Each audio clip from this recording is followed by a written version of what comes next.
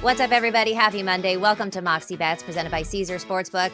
I'm Katie Mox. Today we're talking NCAA March Madness. The Final Four is upon us with our guy, friend of the program, Iain MacMillan, a.k.a. Iain MacBets. How you doing, Iain? Thanks for joining us. I'm doing great. How are you?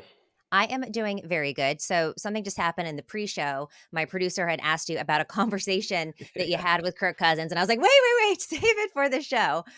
So you got to tell me, I used to make fun of Kirk Cousins until I saw him in the quarterback series, and now I just love him so much I can't bear to say anything bad about him. So tell me about the combo.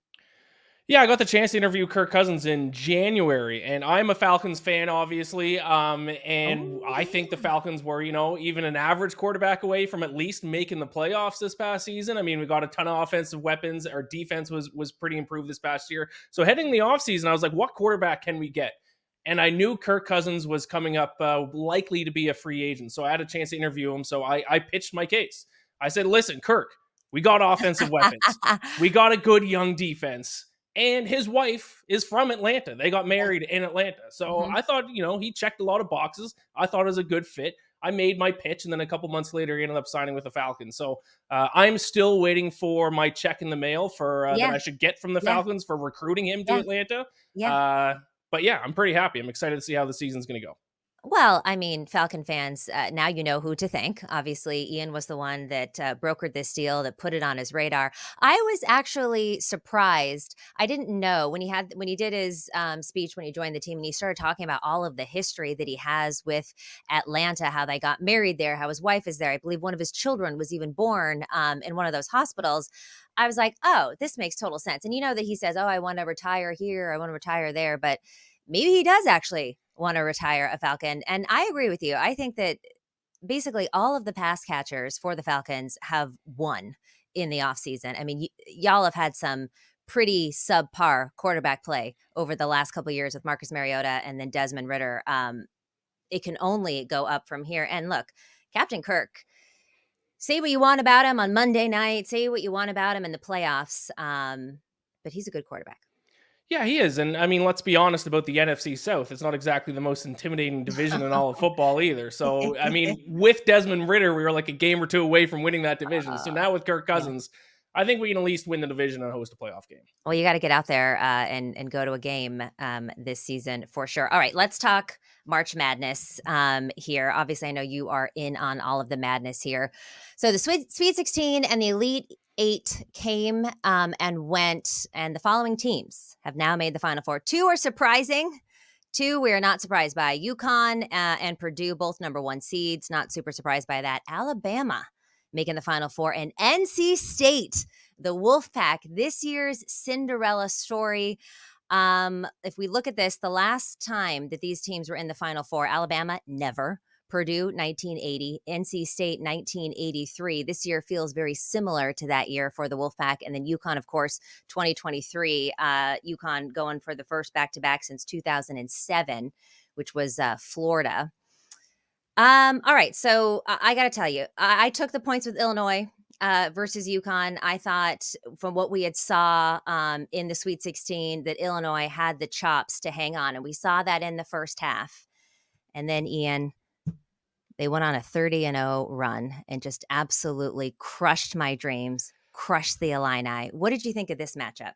Yeah, that was crazy. I was on the points with Illinois too. And I think, play that game again. I think I would actually probably take the points again with Illinois. That was just such a crazy start to the second half. Yeah. We might see that when it's, the start of the season and these teams are playing against, some random team from some small conference in the middle of nowhere.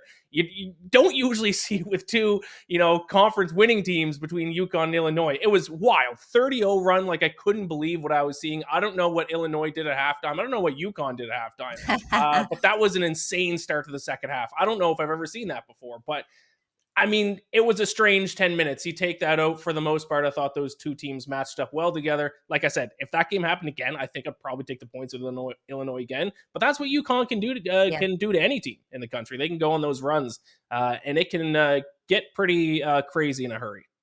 I think if I had to do it again, I'd take Illinois' points in the first half Yeah, before that's they good. got It might be the absolutely way to do it. killed. You know what I think it was, though? UConn was not shooting very well in the first half, so it kind of gave Illinois this false sense of hope. But UConn has been demoralizing its opponents. I believe it's been winning by an average. They've been winning by an average of like 28 points per game in this tournament, which is just absolutely wild. Donovan Clingan, I mean, this guy is unbelievable. You cannot get anything over him. 22 points, 10 rebounds, and then on the defensive side of the ball, just a beast. Are you impressed by him? I'm impressed by him. I'm impressed by this UConn team as a generally. I feel like they have this aura about them now where not only are they extremely good offensively, defensively, they have the, some of the best players in the country, but now there's like an aura around them that you kind of see in like boxing and like UFC when it's like an undefeated champ that hasn't lost in 6 years. Yeah. UConn has that aura about them, which now Yes. kind of gives them an advantage Yes. mentally going into all these games too. So Yes. that might be the biggest takeaway, because once they got rolling in the second half, it's like Illinois would like, it's almost like as if they expected that to happen at some point Yeah. and then they just kind of imploded. So my main takeaway from UConn is they have this like undefeated champion aura about Yeah. them heading into these games. They're like the Kansas City Chiefs Yeah. coming into it. People end up beating themselves because of Yeah. that aura, and they're kind of afraid of what you can do, and that they have to be perfect in order to beat you, which is already winning the mental game there. All right, Alabama also defeats Clemson 89-82. I had Clemson plus 1.5 in the first half. That covered. And it felt like in the first half that Clemson was going to win this game. And then Alabama, of course, the number one scoring offense in the nation, came through, pulled out Mark Sears 23 points. Were you surprised by this outcome? Not really. I didn't think Clemson had the guard play to kind of keep up with Alabama's offense, because this is what Alabama can do to any team. And I'm sure we're going to talk about the matchup with UConn upcoming, but this is what they can do to any team in the country is if they can get hot, especially from three, those points add up in a hurry. Now, defensively, that was their biggest question mark heading into this tournament. I've actually been impressed by Alabama's defense. They have seemed to step it up when they needed to so far in the tournament. So that impressed me the most. But I did like Clemson in the first, few games of the tournament. But I just thought, athletically and especially with the guards, I just thought they were a little overmatched in that one. So I was on Alabama for that one. Okay, good. Yeah. I mean, Clemson had been really good defensively in the first half. That's kind of why I took them there. And Mm. then, yeah, everything just got completely away from them in the second half. Purdue, the Boilermakers, on their revenge tour after being knocked out by double digit seeds 3 years in a row. They defeat Tennessee 72-66. This was, it was closer than what this final score was. This was a very, very back and forth game the whole time. It's Purdue's third Final Four appearance. They have never won the tournament. Zach Edey, one of the most exciting players in the tournament. I mean, my goodness, 40 points, 16 rebounds. But let me just tell you a little bit about him. He's the first player with 40 plus points and 15 rebounds in NCAA tournament games since Bo Kimball in 1990. He's also the first player with 120 points and 65 rebounds in a single NCAA tournament since Larry Bird in 1970. I mean, the amount of firsts that Zach Edey has done is, I mean, the list goes on and on. How do you stop him? You can't foul him. That's one thing you Yeah. absolutely can't do. I'm kind of in a strange place because, to be honest, I don't really love watching Purdue. I don't love watching Zach Edey. He is dominant for Okay. sure, but he draws What? a lot of fouls. But then the other part of me is Zach Edey is Canadian. One thing you didn't mention about Zach Edey, and me being Okay. a Canadian as well, I want to cheer for my fellow Canadians. So how do you slow down Zach Edey? How do you beat Purdue? You got to not foul, because they have the fifth highest opponent foul rate in the entire country, the highest amongst all the major conference teams, and we saw that in this past game. So you got to find a way to somehow slow him down without Yep. sending him to the line every time he touches the ball. How do you do that? I don't really know, but NC State's gonna have to find a way. Absolutely. So you say you don't like watching the Boilermakers that much. Why? Is there some kind of personal thing against Purdue? No, I think it's just the fact that they draw a lot of fouls. So Okay. I don't is drawing fouls a skill? Probably. I mean, absolutely. James Harden, is one of the best at doing it in the NBA. Is Yeah. it the most exciting basketball to see No. a team go to the No. line that many times No. in a game? No. So for that reason, I'm not cheering for Purdue to win this next game. Okay. All right. Good. I'm not either because I like NC State so much. All right. NC State, the number 11 seed, defeats Duke. A lot of people were on the Dukies in this game. I took the points with NC State, but I didn't think that they were necessarily going to get out of this. And I've just been, and Ian, I feel like you're like this sometimes too. Sometimes you just go by vibes. And like, I just Mhm. like NC State. I just like the Wolfpack. I think their offense has been electric. And so I just keep taking points with them. I wish I was taking more money line with them. But I feel like they're the fun team to watch. DJ Burns Jr. stats 20 points in the win. DJ Horn 20 points in Duke. Obviously, the Wolfpack were able to get this over on Duke. Were you surprised by this? Did you think that the Blue Devils were going to come out? I was, yeah, I was on Duke in this one. NC State's a tough team for me because, yeah, it's you have to decide either between vibes or if or numbers. And I've with NC State, I've been looking at the numbers and it's come back to bit me. I should have just been betting on the vibes with NC Yes. State because There's they one team that's always just vibes. yes, they remind me of Oregon State, I think it was a couple of years ago, who Yeah. I don't think they made the Final Four. I think they made it the Elite Eight and then ended up losing. But it was this very similar situation where they had to run the table in the Pac-12 tournament. They did it. They continued that momentum into the NCAA tournament. And hey, postseason, not only in college basketball and all sports, is about playing, the best that you can at Yeah. the perfect time. And that's exactly Right. what NC State is doing, especially defensively. They have, completely shut down every team that they've played defensively. So I'm impressed by NC State. I wish I've been betting on them. I have not. I've been betting against them, I think, every single round. So yeah, we'll see if that changes. We'll see if that changes. We are going to take a quick break here. When we come back, we have Final Four picks for you with our guy, Iain MacMillan. Don't go anywhere. Why should you bet with Caesars Sportsbook? 2 words, Caesars Rewards. Every bet brings you closer to the type of benefits only Caesars can offer. Hotel stays, VIP experiences, sports and concert tickets, and more. It's not just an app, it's an empire. All right, welcome back to Moxie Bets, presented by Caesars Sportsbook. Here with our guy, Iain MacMillan. Let's move on to our picks for the Final Four.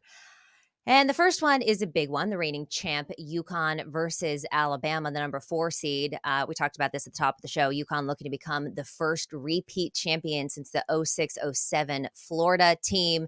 UConn is also the first reigning national champion even to reach the Final Four since that Florida 2007 team.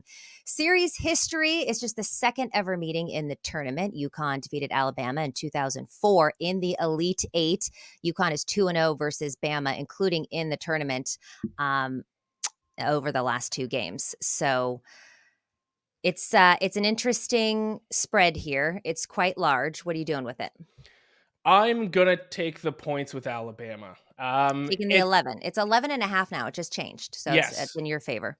perfect. I'll take the 11.5 with Alabama. It's obviously a tough one. I got to bet against UConn here in this spot because UConn just has no weaknesses. They're great offensively, great defensively. They create a lot of extra scoring chances. But Alabama, and I talked about this earlier, they're just such a good shooting team. This is the first team that I think can challenge UConn in terms of just, their effective field goal percentage, 10th in the country heading into the Final Four in effective field goal percentage, just slightly behind UConn, who I believe is coming in at 7th. So if there's one team that can hang with UConn in terms of shooting, it is Alabama. Now, what Alabama needs to do is, number one, they got to grab defensive rebounds because UConn's one of the best offensive rebounding teams in the country. And that's how they cover these big spreads. Not only do they score in a lot of their possessions, but then they create extra possessions by doing things like grabbing offensive rebounds. So Alabama needs to grab defensive rebounds and just play good defense in general. Now, this tournament, they haven't playing good defense, especially over their last 3 games. Their opponent effective field goal percentage is down 4.1% compared to their season average. So they got to keep doing that as well. Am I going to pick Alabama to win this game? I mean, probably not. But if we're talking about a double-digit spread, I can't lay that many points against a team that can shoot the ball as well as Alabama can. So I'll take 11.5 with Alabama. I would have been with you. And again, we were both on Illinois. And I thought for all the same reasons, this is too many points to give Illinois with this UConn team. And then I started looking back since 2023 in the tournament. UConn has beaten their opponents by at least 13 points in every single game. We're looking at win by 24, win by 15, win by 28. And just even in Illinois, they won by 25. San Diego State, they won by 30. Northwestern, they won by 17. They're the first team to win and cover 10 consecutive NCAA tournament games since seeding began in 1979. I'm not betting against this team. I don't care who's on the other side. I don't care if it's the number one offense. These UConn Huskies mean business, and they have just been mopping the floor with their opponents and just winning by double digits. So I'm not afraid of laying this 11 or this 11 and a half. I learned my lesson, I feel like, with the Illini there. And, maybe I would take the first half, if we're thinking about that, because it seems to be in the second half, UConn they just go a different direction here. So I'm going to lay the 11 and a half with UConn. Looking at Purdue versus NC State series history, it's the first meeting in the tournament. Purdue 2-4 all time versus NC State. Purdue has won the last two meetings versus the Wolfpack. I got to tell you, I'm all vibes here. I've been making money from them. It's like, why stop here? So I'm going to go ahead and take the points with NC State. They're 9-0 since the start of the ACC tournament, 7-0, Ian, as an underdog since the start of that ACC tournament. Purdue has been eliminated by double-digit seeds in the last three NC. And even though they've gotten through this and it's a revenge tour, what is NC State? A double-digit seed. They are number 11. So I'm still riding with the Wolfpack here. It is my all vibes tour with them. Go Pack, go. I'm taking the 8.5. Yeah, I don't blame it. And you would think that I would have learned my lesson now with NC State. But I mean, I have to stick to, yeah. You would think, but I have to stick to my take. Yeah. And if there's anything I like, it's a good hot take. And I can't back and go against myself now and then bet on NC State. Because if I do that, what's going to happen is then Purdue's going to win, and then I'm going to feel like I jumped off the ship, right at the wrong time. So I'm going to continue to fade NC State. It hasn't been smart. It hasn't worked for me, but I'm going to keep doing it now. I will take Purdue minus 8.5 here. I just think if anyone can slow down DJ Burns, who is very fun to watch. And don't get me wrong, my heart will be cheering for NC State. I do hope they win this game. But if I'm talking about betting, I got to bet with my head. I think Zach Edey can slow down DJ Burns. And still, I just can't get over the fact when I look at NC State and I look at their numbers this season, 158th in effective field goal percentage, 140th in defensive efficiency. Purdue's 13th and 62nd in those two stats. Like, on paper, Purdue is the significantly better team. Now, if you want to bet on NC State because of the vibes, especially if it's been working for you, I encourage you to do exactly that, because it has been working for you and I've been on the wrong end. But I'm just going to stick to my take that I don't think NC State's a good team. I think they're an average team at best, and I think eventually they're going to lose, and maybe it's going to be to Purdue. And also the fouls.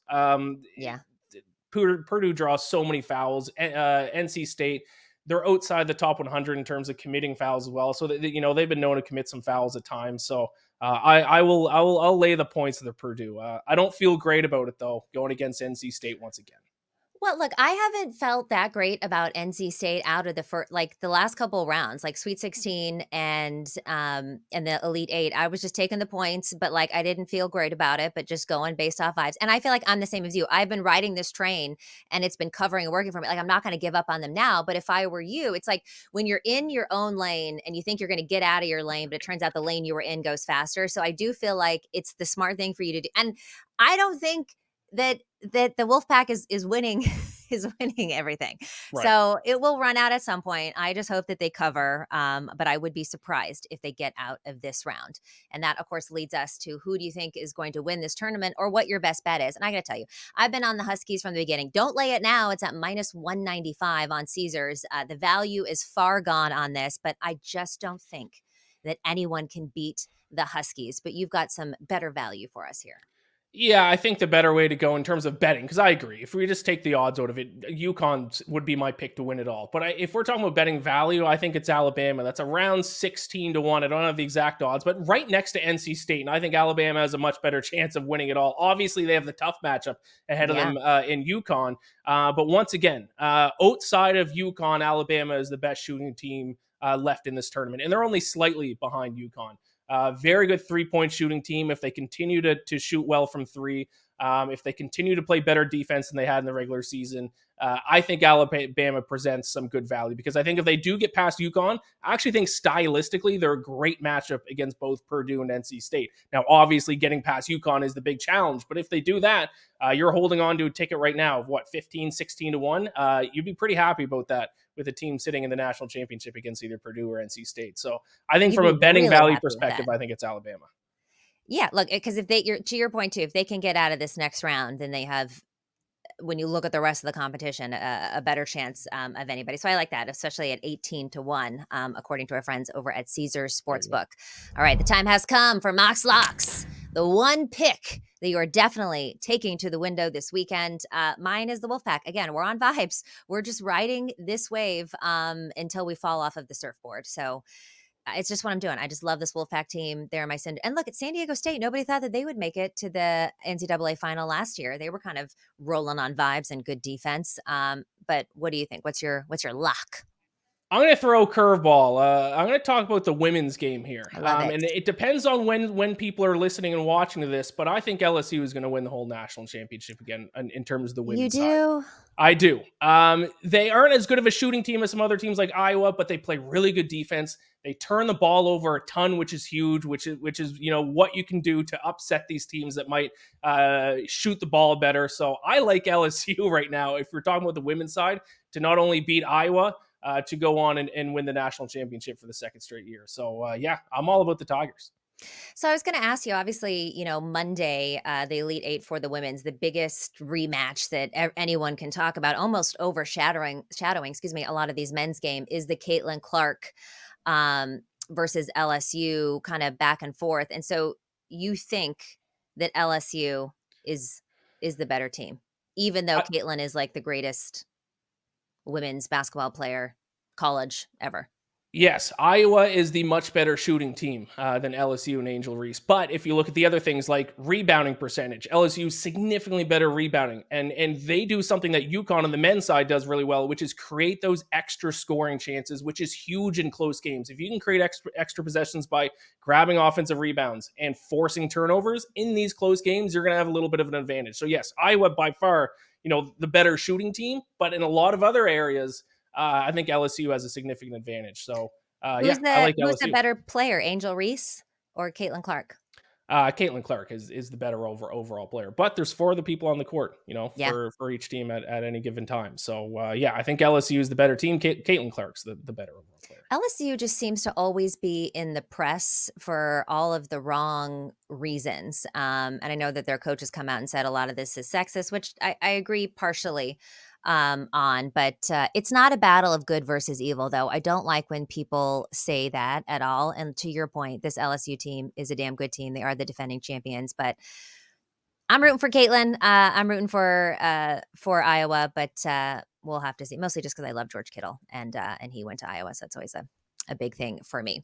All right, Iain, thank you so much for joining us today. You are the senior editor of Fansided, BetSided, host of the Bacon Bets podcast, where he makes a bet on every single NFL game every year. How did we do last year, by the way? Walked away with a profit, which was my goal. Didn't win a ton. I think I finished up 4 or 5 units. Whatever. Green was green. Right. And that's what I say about sports betting. If you're not losing, you're winning. So I managed to get through the season without losing money. So I'll count that as a win. I love that. Anything you got going on right now? Where can people find you and tune in? Obviously, Fansided, BetSided, Bacon Bets, but... Yeah, follow me on Twitter at Iain MacBets, IAIN, extra I thrown in there, MacBets, Bacon Bets podcast, and you can find all my written work over at fansided.com/betsided. I love it. And make sure you tell him, because this guy, hey, not all of us bet every single game on the NFL slate, and this man ended in the green with a profit. So make sure that you tail him when that comes. And really, really sharp analysis here for the NCAA tournament. I really appreciate you taking your time to hang out with us here on Moxie Bets. Shout out To me, I am leading the tourney in our challenge. I'm just kidding. It's not. It's an April Fool's Day joke. I am not winning. I think I'm number 26 in the Moxie Bets bracket challenge. My bracket is busted, but so far it is 954 collection. He has UConn as the winner, or she. I'm not sure. And also BRS Parlay King Money Sign, who has NC State as the winner. They are tied, leading the bracket challenge. If either of you guys win, then you get a guest spot here on Moxie Bets. Iain, thank you so much again for joining us today. Make sure that you tune in with him and everything that he does and follow him on social. And this has been Moxie Bets, presented by Caesar Sportsbook. We'll see you next time.